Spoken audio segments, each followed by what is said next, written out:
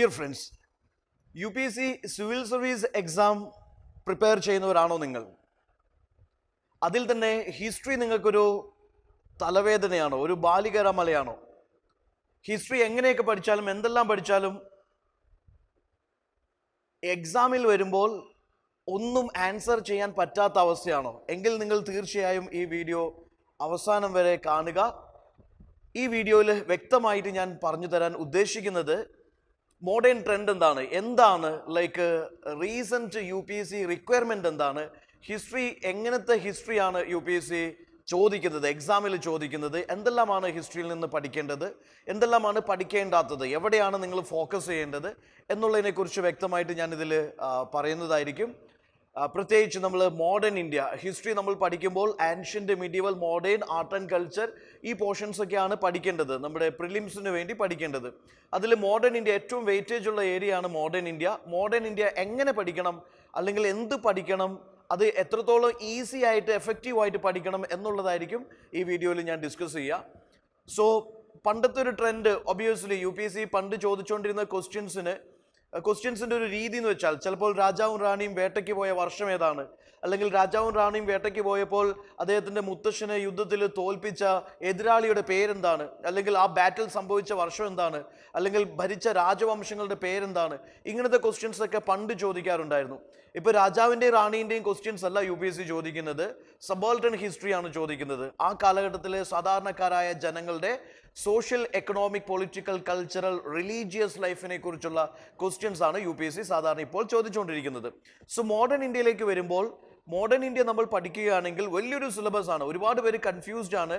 ഒത്തിരി പേര് modern India പ്രിപ്പറേഷനിൽ confused ആണ്. ചിലർ പറയുന്നു സുമിത് സർക്കാർ പഠിക്കൂ, ചിലർ പറയുന്നു BL ഗ്രോവർ പഠിക്കൂ, ചിലർ പറയുന്നു സ്പെക്ട്രം പഠിക്കൂ, ചിലർ പറയുന്നു ശേഖർ ബന്ദോപാധ്യായ പഠിക്കൂ, ചിലർ പറയുന്നു ബിപിൻ ചന്ദ്ര പഠിക്കൂ, ചിലർ പറയുന്നു ഒന്നും പഠിക്കേണ്ടെന്ന് പറയുന്നു, ചിലർ NCERT വായിക്കാൻ പറയുന്നു. സോ ടോട്ടലി ഒരുപാട് ആസ്പിറൻസ് കൺഫ്യൂസ്ഡ് ആണ് എന്ത് പഠിക്കണം എന്നുള്ളതിനെ കുറിച്ച്. So let me tell you, modern India നിങ്ങൾ പഠിക്കാൻ ഉദ്ദേശിക്കുന്നുണ്ടെങ്കിൽ തീർച്ചയായിട്ടും ഫോക്കസ് ചെയ്യേണ്ട ചില ഏരിയാസ് ഉണ്ട്. ഫോർ എക്സാമ്പിൾ, നമ്മൾ തുടക്കം കുറിക്കുന്നത് യൂറോപ്യൻസിൻ്റെ അറൈവൽ തൊട്ടാണ്. ഇവിടെ പോർച്ചുഗീസ് വന്നു, അല്ലെങ്കിൽ ഡച്ച് വന്നു, ബ്രിട്ടീഷ് വന്നു, ഫ്രഞ്ച് വന്നു, അവരെന്തിനു വന്നു, ഇവിടെ അവരെന്തെല്ലാം ചെയ്തു എന്നുള്ളതിനെക്കുറിച്ചുള്ള ധാരണയുണ്ടായിരിക്കണം.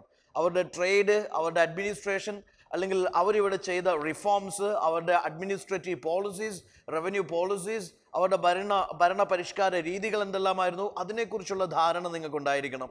അതുപോലെ തന്നെ ഒബിയസ്ലി 18ാം നൂറ്റാണ്ടിൻ്റെ തുടക്കം തൊട്ട് ഇങ്ങോട്ടേക്ക് യൂറോപ്യൻസിലെ ഏറ്റവും ലൈക്ക് പവർഫുൾ ആയിട്ടുള്ള ഒരു കമ്പനി, അല്ലെങ്കിൽ ഒരു യൂറോപ്യൻ കമ്പനിയായിരുന്നു British East India company.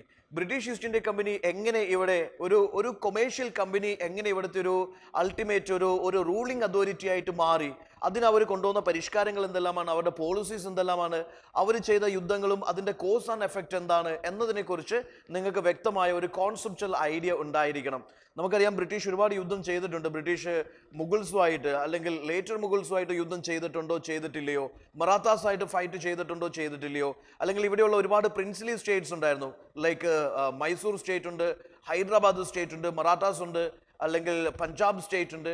So ഇവരുമായിട്ടുള്ള ബ്രിട്ടീഷിൻ്റെ like policies എന്തായിരുന്നു, റിലേഷൻഷിപ്പ് എന്തായിരുന്നു, അല്ലെങ്കിൽ അവർ തമ്മിലുള്ള ലൈക്ക് യുദ്ധങ്ങളുടെ കോസ് എഫക്റ്റ് എന്തായിരുന്നു എന്നുള്ളതിനെക്കുറിച്ച് ധാരണയുണ്ടായിരിക്കണം.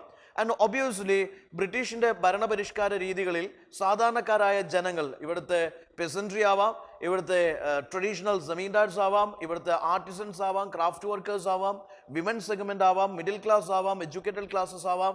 ഒബിയസ്ലി അവർ എങ്ങനെയാണ് ബ്രിട്ടീഷ് അഡ്മിനിസ്ട്രേഷൻ, അല്ലെങ്കിൽ ബ്രിട്ടീഷ് റൂൾ, കൊളോണിയൽ റൂൾ ഈ ഡിഫറെൻറ്റ് സോഷ്യൽ ക്ലാസ്സസിനെ എങ്ങനെയാണ് ബാധിച്ചത്, സ്വാധീനിച്ചത് എന്നുള്ളതിനെക്കുറിച്ച് വ്യക്തമായ ധാരണയുണ്ടായിരിക്കണം. അതിനോടൊപ്പം തന്നെ വെസ്റ്റേൺ റൂളേഴ്സ് ഇന്ത്യയിൽ വന്നപ്പോൾ ഇവിടെ വന്ന ചേഞ്ചസ് എന്തെല്ലാമാണ്, അഡ്മിനിസ്ട്രേറ്റീവ് ചേഞ്ചസ് ഉണ്ടാവാം, സോഷ്യൽ ചേഞ്ചസ് ഉണ്ടാവാം, കൾച്ചറൽ ചേഞ്ചസ് ഉണ്ടാവാം, റിലീജിയസ് ചേഞ്ചസ് ഉണ്ടാവാം, പൊളിറ്റിക്കൽ ചേഞ്ചസ് ഉണ്ടാവാം. എന്തെല്ലാം ചേഞ്ചസ് ആണ് സംഭവിച്ചത്, ആ ചേഞ്ചസിൻ്റെ കോസ് എഫക്റ്റ് എന്തായിരുന്നു, അതിനെക്കുറിച്ച് നിങ്ങൾക്ക് ധാരണയുണ്ടായിരിക്കണം. പ്രത്യേകിച്ച് സോഷ്യോ റിലീജിയസ് റിഫോം മൂവ്മെൻറ്റ്സും ഏർലി കാലഘട്ടത്തിലെ ട്രൈബൽ അപ്രൈസിങ്സ്, അല്ലെങ്കിൽ സിവിൽ അപ്രൈസിങ്സ്, അതുപോലെ തന്നെ ലൈക്ക് 1857 റിവോൾട്ട്, അതിൻ്റെ കോസ് ആൻഡ് എഫക്റ്റ് എന്തായിരുന്നു, അതിനെക്കുറിച്ച് വ്യക്തമായ ഒരു ധാരണ ഉണ്ടായിരിക്കണം. പിന്നെ നമ്മൾ പഠിക്കുന്നത് ബ്രിട്ടീഷിൻ്റെ കോൺസ്റ്റിറ്റ്യൂഷണൽ റിഫോംസ് ആണ്. ബ്രിട്ടീഷ് ഈസ്റ്റ് ഇന്ത്യ കമ്പനി എങ്ങനെ ഒരു ട്രേഡ് എൻറ്റിറ്റി എങ്ങനെ ഒരു പാൻ ഇന്ത്യ ലെവൽ ഒരു റൂളിംഗ് അതോറിറ്റി ആയിട്ട് മാറി, അതിനവർ കൊണ്ടുവന്ന ലൈക്ക് കോൺസ്റ്റിറ്റ്യൂഷണൽ റിഫോംസ് എന്തെല്ലാമാണ്, എഡ്യൂക്കേഷണൽ റിഫോംസ് എന്തെല്ലാമാണ്, അഡ്മിനിസ്ട്രേറ്റീവ് റിഫോംസ് എന്തെല്ലാമാണ്, ലാൻഡ് റവന്യൂ റിഫോംസ് എന്തെല്ലാമാണ്, മിലിറ്ററി റിഫോംസ് എന്തെല്ലാമാണ്, അല്ലെങ്കിൽ അവരുടെ ഡിപ്ലോമാറ്റിക് റിലേഷൻസ് അല്ലെങ്കിൽ ഡിപ്ലോമാറ്റിക് റിഫോംസ് എന്തെല്ലാമാണ്, ഇതിനെക്കുറിച്ച് വ്യക്തമായിട്ട് പഠിച്ചിരിക്കണം. അതിൻ്റെ കോഴ്സസും അതിൻ്റെ കോൺസിക്വൻസസും അല്ലെങ്കിൽ അതിൻ്റെ ക്യാരക്ടറിനെ കുറിച്ചും നമുക്ക് ധാരണയുണ്ടായിരിക്കണം. പിന്നെ നമ്മൾ എത്തുന്നത് ഇന്ത്യൻ നാഷണലിസത്തിലേക്കാണ്, ഇന്ത്യൻ നാഷണൽ മൂവ്മെൻറ്റ്. അപ്പം ഇന്ത്യൻ നാഷണൽ മൂവ്മെൻറ്റ് ഇന്ത്യയിൽ ജനിക്കാനുള്ള കാരണങ്ങൾ എന്തെല്ലാമാണ്? ഒരു 19-ാം നൂറ്റാണ്ടിൽ ഇന്ത്യൻ നാഷണലിസം അല്ലെങ്കിൽ നാഷണൽ കോൺഷ്യസ്നസ് ഇന്ത്യയിൽ ജനിക്കാൻ അല്ലെങ്കിൽ അതിന് ജന്മം കൊടുത്ത ഘടകങ്ങൾ എന്തെല്ലാമാണ്? പൊളിറ്റിക്കൽ ഫാക്ടേഴ്സ് ഉണ്ട്, എക്കണോമിക് ഫാക്ടേഴ്സ് ഉണ്ട്, സോഷ്യൽ ഫാക്ടേഴ്സ് ഉണ്ട്, കൾച്ചറൽ ഫാക്ടേഴ്സ് ഉണ്ട്, റിലീജിയസ് ഫാക്ടേഴ്സ് ഉണ്ട്. അതിനെക്കുറിച്ച് ധാരണയുണ്ടായിരിക്കണം. എങ്ങനെയാണ് ഇന്ത്യൻ നാഷണൽ കോൺഗ്രസ് ഇന്ത്യയിൽ ഫോം ചെയ്യുന്നത്, അല്ലെങ്കിൽ അതിനുശേഷം ലൈക്ക് ഈ ഇന്ത്യൻ ഫ്രീഡം സ്ട്രഗിളിനെ കുറിച്ച് സംസാരിക്കുമ്പോൾ അതിൻ്റെ ഓരോ കാലഘട്ടങ്ങൾ ഏതെല്ലാമായിരുന്നു? Moderate phase, extremist phase, Gandhian phase, ഇതിനിടയിൽ വരുന്ന റെവല്യൂഷണറി ഫേസ്, ഇതിൻ്റെ പ്രത്യേകതകളും അല്ലെങ്കിൽ അവരുടെ രീതികളും എന്തായിരുന്നു എന്നുള്ളതിനെ കുറിച്ചൊരു ധാരണയുണ്ടായിരിക്കണം. ആൻഡ് തീർച്ചയായിട്ടും ലൈക്ക് മോഡറേറ്റ്സിൻ്റെ പ്രധാനപ്പെട്ട പ്രവർത്തന മേഖലകൾ എന്തായിരുന്നു, പ്രവർത്തന രീതി എന്തായിരുന്നു, അവരുടെ കോൺട്രിബ്യൂഷൻസ് എന്തെല്ലാമായിരുന്നു. മോഡറേറ്റ്സ് പരാജയപ്പെട്ടപ്പോൾ എക്സ്ട്രീമിസ്റ്റ് എത്തുന്നു. എക്സ്ട്രീമിസ്റ്റ് അവരുടെ പാസീവ് റെസിസ്റ്റൻസും നോൺ കോപ്പറേഷനും ബോയ്ക്കോട്ടും അല്ലെങ്കിൽ സ്വരാജ്യം, അതിൻ്റെയൊക്കെ പ്രത്യേകതകൾ എന്തെല്ലാമായിരുന്നു. അവരുടെ കാലഘട്ടത്തിൽ സംഭവിച്ച പ്രധാനപ്പെട്ട ഈവൻറ്റ്സ് എന്തെല്ലാമായിരുന്നു, like home rule league movement, Surat split, Bengal partition, anti Bengal partition agitation, Lucknow pact. So ആ കാലഘട്ടത്തിലെ പ്രധാനപ്പെട്ട ഈവൻറ്റ്സ് എന്തെല്ലാമായിരുന്നു, റെവല്യൂഷണറി മിലിറ്റന്റ് നാഷണലിസം എന്തായിരുന്നു, അവരുടെ പ്രവർത്തനങ്ങൾ എന്തെല്ലാമായിരുന്നു, അതിനെക്കുറിച്ചെല്ലാം ധാരണയുണ്ടായിരിക്കണം. അതിനുശേഷം ഗാന്ധിയൻ ഫേസിലേക്ക് എത്തുന്നു. അപ്പോൾ ഗാന്ധിയൻ ഫേസിലേക്ക് വരുമ്പോഴത്തേക്കും നിങ്ങൾക്കറിയാൻ പറ്റും, ഒരു true mass mobilisation, mass organisation അല്ലെങ്കിൽ ഒരു പാൻ ഇന്ത്യ ലെവൽ എഡ്യൂക്കേഷൻ സംഭവിക്കുന്നത് ഗാന്ധിജിയുടെ ലീഡർഷിപ്പിലാണ്. അപ്പം മറ്റുള്ളവരിൽ നിന്ന് ഗാന്ധിജീനെ വ്യത്യസ്തനാക്കുന്ന ഘടകങ്ങൾ എന്തെല്ലാമാണ്? എന്തുകൊണ്ടാണ് സൊസൈറ്റീൻ്റെ ഡിഫറെൻറ്റ് സെക്ഷൻസ്, എസ്പെഷ്യലി അതിൻ്റെ എന്താ പറയുക, നോൺ ക്രീമി ലെയേഴ്സ് അല്ലെങ്കിൽ ലോവർ സ്ട്രാറ്റ ഓഫ് സൊസൈറ്റി എന്തുകൊണ്ട് പാർട്ടിസിപ്പേറ്റ് ചെയ്തു? How Gandhiji was appealing to സാധാരണക്കാരായ കർഷകർക്കും തൊഴിലാളികൾക്കും അല്ലെങ്കിൽ സമൂഹത്തിൻ്റെ താഴെത്തട്ടിലുള്ള ജനങ്ങൾക്കെല്ലാം ഗാന്ധിജി എത്രത്തോളം സ്വീകാര്യനായിരുന്നു, അതിൻ്റെ കാരണങ്ങൾ എന്തെല്ലാമായിരുന്നു? ഗാന്ധിജി ഇനീഷ്യലി ഇന്ത്യയിൽ പ്രവർത്തിച്ച മേഖലകൾ ഏതെല്ലാമാണ്, അല്ലെങ്കിൽ ഇനീഷ്യൽ എഡ്യൂക്കേഷൻസ് ഏതെല്ലാമാണ്, പിന്നെ ഗാന്ധിജിയുടെ നേതൃത്വത്തിൽ ഇവിടെ നടന്ന പ്രധാനപ്പെട്ട സമരങ്ങൾ ഏതെല്ലാമായിരുന്നു, അതിൻ്റെ രീതികൾ എന്തെല്ലാമായിരുന്നു, അതിൻ്റെ കോസ് എഫക്റ്റ് എന്തായിരുന്നു, അതിനെക്കുറിച്ച് നിങ്ങൾക്ക് ധാരണയുണ്ടായിരിക്കണം. ഫൈനലി നമ്മൾ എത്തുന്നത് non corporation, CDM, quit India പോലുള്ള മൂവ്മെൻറ്റ്സിലേക്കും പിന്നെ അവിടുന്ന് എങ്ങനെയാണ് ഇന്ത്യൻ കൈകളിലേക്ക് വേൾഡ് വാർ 1 വേൾഡ് വാർ 2 ശേഷം ബ്രിട്ടീഷ് എങ്ങനെ ചേഞ്ച് ചെയ്തു, അല്ലെങ്കിൽ ബ്രിട്ടീഷിൻ്റെ മേലെ ഉണ്ടായ പ്രഷർ ഫാക്ടേഴ്സ് എന്തെല്ലാമാണ്, അത് domestic and international pressure factors എന്തെല്ലാം കാരണങ്ങൾ കൊണ്ടാണ് പിന്നീട് ബ്രിട്ടീഷ് ഇന്ത്യക്ക് സ്വാതന്ത്ര്യം കൈമാറുന്നത്, അതിൻ്റെ ഓരോ ഘട്ടം എങ്ങനെയായിരുന്നു, അതെങ്ങനെയാണ് സ്ലോലി ഗ്രാജ്വലി ഡെവലപ്പ് ചെയ്ത് കംപ്ലീറ്റ് ഫ്രീഡം ഹാൻഡ് ഓവർ ചെയ്യുന്ന ഒരു അവസ്ഥയിലേക്ക് എത്തിയത്, ആ കാലഘട്ടങ്ങളിലെ പ്രധാനപ്പെട്ട ഈവൻറ്റ്സ് എന്തായിരുന്നു, പല മിഷൻസും കമ്മിറ്റീസും ഉണ്ടായിരുന്നു, അതിൻ്റെ പർപ്പസ് എന്തായിരുന്നു. ഓക്കെ, ഇതിനെക്കുറിച്ചൊക്കെ നമുക്ക് ധാരണയുണ്ടായിരിക്കണം. അപ്പം അവസാനം പിന്നെ ഫ്രീഡം ആൻഡ് പാർട്ടീഷൻ, എങ്ങനെ ഫ്രീഡം സംഭവിച്ചു ആൻഡ് എങ്ങനെ പാർട്ടീഷൻ സംഭവിച്ചു, അതിൻ്റെ കോൺസിക്വൻസസ് എന്തെല്ലാമായിരുന്നു, അതിനുശേഷമുണ്ടായ ഒരു റിക്കവറി അല്ലെങ്കിൽ consolidation of nation, integration of nation, അത് എക്കണോമിക്, പൊളിറ്റിക്കൽ, സോഷ്യൽ ഇൻ്റഗ്രേഷൻ എങ്ങനെ സംഭവിച്ചു, ഇതിനെക്കുറിച്ചുള്ള ധാരണ നിങ്ങൾക്കുണ്ടാവണം. അപ്പോൾ ചുരുക്കി പറഞ്ഞാൽ മോഡേൺ ഇന്ത്യ പ്രിപ്പയർ ചെയ്യുമ്പോൾ ശ്രദ്ധിക്കേണ്ടത് കുറേ കിങ്സിൻ്റെയും ക്യൂൻസിൻ്റെയും പേരോ അല്ലെങ്കിൽ അവർ യുദ്ധം ചെയ്ത വർഷം അല്ലെങ്കിൽ അവരുടെ മുത്തശ്ശിൻ്റെയും പേരോ അല്ലെങ്കിൽ അവരുടെ രാജപരമ്പരകളുടെ പേരോ മകപ്പ് ചെയ്യുകയല്ല വേണ്ടത്. ഇവിടെ നിങ്ങൾക്ക് ശരിക്കും എന്താണെന്ന് വെച്ചാൽ ഒരു കഥ പഠിക്കുന്നത് പോലെ ഹിസ്റ്ററിനെ സമീപിക്കാൻ പറ്റണം. ഹിസ്റ്ററിയിൽ പ്രധാനമായിട്ടും ഫോക്കസ് ചെയ്യേണ്ട ചില എലമെൻറ്റ്സ് എന്ന് പറയുന്നത് തീർച്ചയായിട്ടും യൂറോപ്യൻ കമ്പനീസിൻ്റെ അറൈവൽ, എങ്ങനെയാണ് യൂറോപ്യൻ കമ്പനീസ് ഇന്ത്യയിൽ എത്തുന്നതും അവർ ഇവിടെ വന്ന് എന്തെല്ലാം കാര്യങ്ങളാണ് ചെയ്യുന്നതും, അവരുടെ റിഫോംസ്, അഡ്മിനിസ്ട്രേറ്റീവ് റിഫോംസ് എന്തെല്ലാമായിരുന്നു, അതിൽ British East India company successful ആവാനുള്ള കാരണം എന്താണ്, ബ്രിട്ടീഷ് ഈസ്റ്റ് ഇന്ത്യ കമ്പനി ഇവിടെ കൺസോളിഡേറ്റ് ചെയ്യുന്ന സമയത്ത് ഇവിടെ ഉണ്ടായിരുന്ന സാമൂഹ്യപരമായിട്ടും സാമ്പത്തികപരമായിട്ടും സാംസ്കാരികപരമായിട്ടും കൾച്ചറൽ അല്ലെങ്കിൽ റിലീജിയസ് പരമായിട്ടൊക്കെയുള്ള ഇൻസ്റ്റിറ്റ്യൂഷൻസ് അല്ലെങ്കിൽ ലൈക്ക് ഇവിടുത്തെ അവസ്ഥ എന്തായിരുന്നു, ഓക്കെ, അതിനെക്കുറിച്ചൊരു ധാരണ ഉണ്ടായിരിക്കണം. ബ്രിട്ടീഷ് ഈസ്റ്റ് ഇന്ത്യ കമ്പനി അവരുടെ റൂൾ ഇവിടെ എസ്റ്റാബ്ലിഷ് ചെയ്തപ്പോൾ അവർ കൊണ്ടുവന്ന ചേഞ്ചസ് എന്തെല്ലാമാണ്?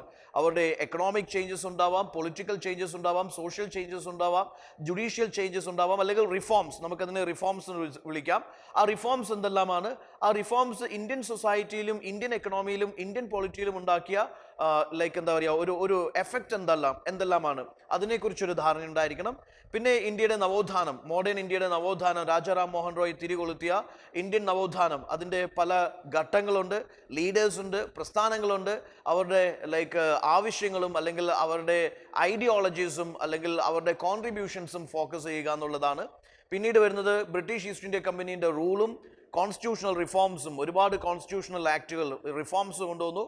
അത് എത്തിച്ചേർന്ന് നിൽക്കുന്നത് ഗവൺമെൻറ് ഓഫ് ഇന്ത്യ ആക്ട് 1935 അപ്പോൾ അങ്ങനെയുള്ള കോൺസ്റ്റിറ്റ്യൂഷണൽ റിഫോംസും അതിൻ്റെ പ്രൊവിഷൻസ് എന്തെല്ലാമായിരുന്നു, അതിനോടുള്ള ഇന്ത്യൻസിൻ്റെ റെസ്പോൺസ് എന്തെല്ലാമായിരുന്നു, അത് എന്തുകൊണ്ട് പാസ് ചെയ്തു, എന്തുകൊണ്ട് പരാജയപ്പെട്ടു, ഓരോ ആക്റ്റും എന്തുകൊണ്ട് പരാജയപ്പെട്ടു എന്നുള്ളതിനെക്കുറിച്ച് ധാരണയുണ്ടായിരിക്കണം.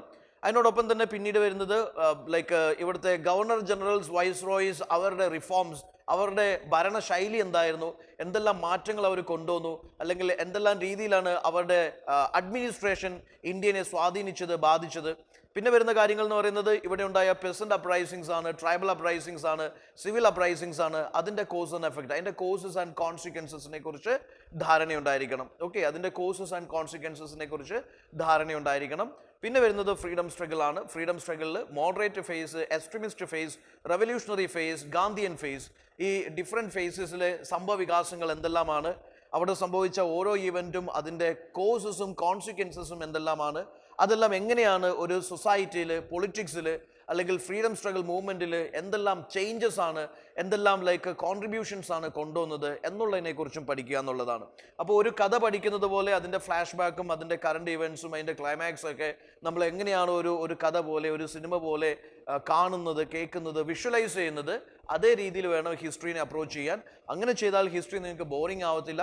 തന്നെയുമല്ല, ഫോക്കസ് ചെയ്യേണ്ട ഏരിയാസ് മാത്രം ഫോക്കസ് ചെയ്യുക, അനാവശ്യമായിട്ട് വലിച്ചു നീട്ടി പഠിക്കുന്ന രീതി ഒഴിവാക്കുക. അങ്ങനെ പഠിച്ചാൽ ഒരിക്കലും ഹിസ്റ്ററി നമുക്ക് തീർക്കാൻ പറ്റത്തില്ല. തന്നെയുമല്ല, ഒരുപാട് റെഫറൻസ് ബുക്സ് റെഫർ ചെയ്യാൻ പോയി കഴിഞ്ഞാൽ ഹിസ്റ്ററി മാത്രം പഠിക്കാൻ നിങ്ങൾക്ക് ഓൾമോസ്റ്റ് 1 വർഷം വേണ്ടി വരും. അപ്പോൾ അതിനുള്ള സമയമല്ല, വേണ്ടത് മാത്രം പഠിക്കുന്ന ഒരു സ്ട്രാറ്റജി ഫോളോ ചെയ്യുക. പഠിച്ചത് വീണ്ടും വീണ്ടും റിവിഷൻസ് ചെയ്യുക, ക്വസ്റ്റ്യൻസ് സ്വയം ചോദിക്കുക, മറ്റുള്ളവർ ചോദിക്കുക, അതിൻ്റെ ആൻസേഴ്സ് കണ്ടെത്താൻ ശ്രമിക്കുക. മോസ്റ്റ് ഇമ്പോർട്ടൻ്റ്ലി ഒരു കോൺസെപ്ച്വൽ ക്ലാരിറ്റി ബിൽഡപ്പ് ചെയ്യാൻ ശ്രമിക്കുക. ഓക്കെ, സോ അതുപോലെ തന്നെ വരുന്ന വീഡിയോസിൽ we will discuss ancient medieval art and culture എങ്ങനെ പഠിക്കണം, എന്ത് പഠിക്കണം എന്നുള്ളതിനെക്കുറിച്ചുള്ള വ്യക്തമായ ഒരു ഡിസ്കഷൻ നമ്മൾ ചെയ്യുന്നതായിരിക്കും. So wishing you all the best and thank you.